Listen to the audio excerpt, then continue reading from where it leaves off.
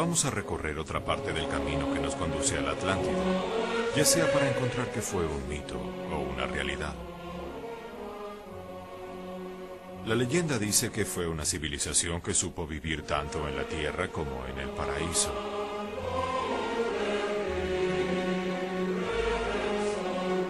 En las experiencias y la filosofía atlante está la información necesaria para encontrar el justo equilibrio entre materia y espíritu, mente y emoción, unidad e individualidad. Originalmente los atlantes existían en un estado espiritual, un estado colectivo de felicidad, donde todos compartían hasta su inconsciente y cada uno era parte del todo. Esta sensación colectiva solo podía producir tranquilidad y bienestar. Sin embargo, poco a poco se sumergieron en la materia y el placer de los sentidos.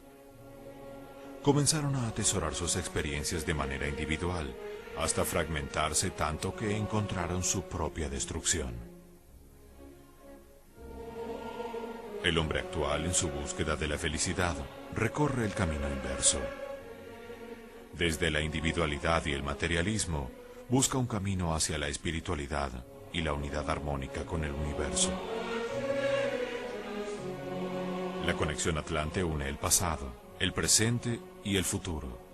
Nos da la información para recuperar el paraíso que ellos experimentaron.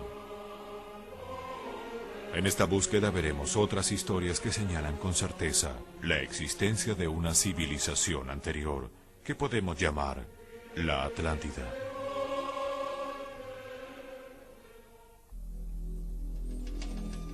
Hoy, gracias a la tecnología, el hombre ve cada vez más lejos. Los astrónomos nos muestran espacios sin límites en la vastedad del universo. Se asiste al nacimiento de estrellas a miles de kilómetros de la Tierra. Se fotografían galaxias y constelaciones en zonas sin tiempo ni espacio. Esto ha traído a esta máquina de la creación una perspectiva de otros mundos, sistemas planetarios y antiguas civilizaciones de leyenda, diferente a la que tenían los científicos y pensadores del siglo pasado.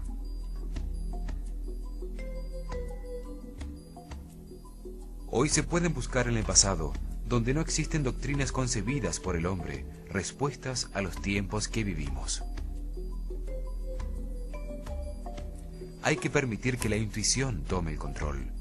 Ese sexto sentido maneja el 90% de la mente de una forma que aún no se conoce. La frontera entre la ciencia y la fantasía es muy borrosa. Por ejemplo, Heinrich Schliemann, en 1923, convirtió en realidad un mito cuando descubrió la legendaria Troya, a partir de indicios que encontró en la Ilíada de Homero, escrita hace 2500 años.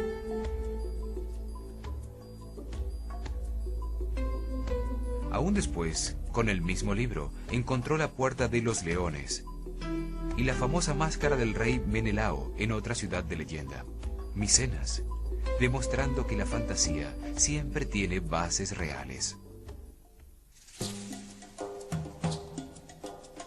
El mito de la Atlántida está formado por metáforas y hechos reales perdidos en el pasado. Platón describe a la Atlántida en dos diálogos, Timaeus y Critias. Critias cuenta una historia que escuchó su abuelo de Solón, un gobernante griego que visitó Egipto en el año 600 a.C. Allí un sacerdote egipcio consagrado a la diosa Neith de Sais, protectora de las ciencias, le mostró registros de antiguas civilizaciones desaparecidas. Afirmó que egipcios y griegos descendían de unos pocos sobrevivientes de un poderoso país, destruido 9000 años antes por un cataclismo. El diálogo de Platón sobre la Atlántida puede interpretarse de varias maneras, como el registro de un hecho real o como una historia fantástica.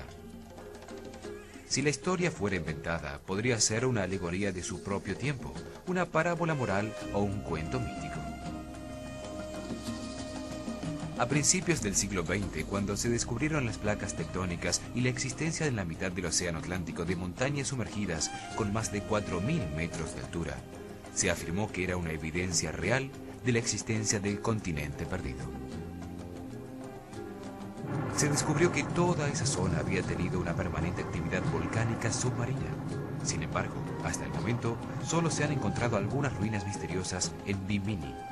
No ha aparecido una gran ciudad oculta entre el coral que pruebe, como en el caso de Troya o Micenas, que la Atlántida realmente existió. Se argumenta que es difícil encontrar pruebas tangibles, teniendo en cuenta que han pasado casi 13.000 años y un cataclismo global que borró cualquier rastro de civilizaciones anteriores. El calentamiento causado por el Sol derritió las capas de hielo que cubrían los continentes en la era glacial. Montañas de hielo cayeron al mar, provocando terremotos, erupciones volcánicas y un diluvio mundial que elevó el nivel del mar en 130 metros, haciendo desaparecer todo vestigio.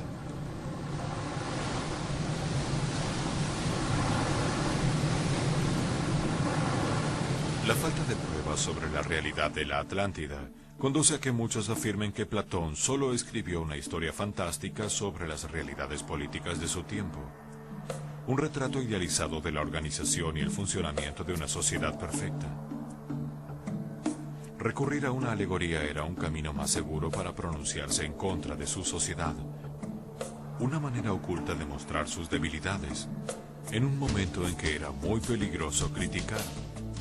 El hundimiento bajo el mar representaría la destrucción política, moral y filosófica que él temía. Una advertencia del camino que los atenienses habían tomado.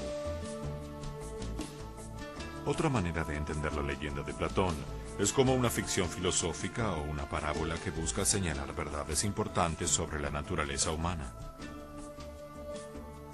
Como ficción, muestra los beneficios de la cooperación entre los hombres, las ventajas de seguir las leyes establecidas y las penalidades que resultan de la codicia y de la ambición. Muestra cómo se puede transitar fácilmente de la justicia y la felicidad a la violencia y la destrucción. En ese sentido, la historia de la Atlántida es muy importante para la sociedad actual, sobre todo en momentos tan difíciles como los que vivimos, cuando el hombre dejó de cooperar con los otros hombres. Como todo mito, el de la Atlántida se volvió más importante que su realidad histórica. Además, identificarla como la fuente de toda la cultura humana intensificó el mito. Este mito combina dos grandes motivos universales: el paraíso perdido y el diluvio universal. El Edén y Noé aparecen en la Biblia, y con otros nombres en todos los libros sagrados de las distintas religiones y culturas. Los mitos cobran vida cuando se cree en ellos. Sirven para guiar al hombre en un mundo que solo entiende imperfectamente.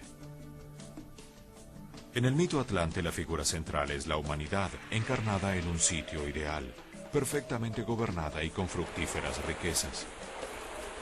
Pero debido a su codicia y ambición, los atlantes deciden ignorar las leyes divinas. Zeus, el padre de los dioses, decide destruir al hombre sacudiendo la tierra con terremotos, erupciones volcánicas e inundaciones. La misma cólera destructiva siente Dios en la historia bíblica en la que Noé es el único sobreviviente. Una historia muy parecida a la de Adán y Eva, quienes, tentados por la codicia y la ambición de ser iguales a Dios, rompen el mandato divino y comen del árbol del conocimiento. Esto produce su expulsión del paraíso. Para el hombre actual, perdido en el mundo que experimenta, el tema del paraíso perdido es una luz al final del túnel. La vida se convierte en un intento por recuperarlo, regresar al Edén, encontrar el camino a Zambala, localizar la Atlántida, el hogar, la fuente perdida.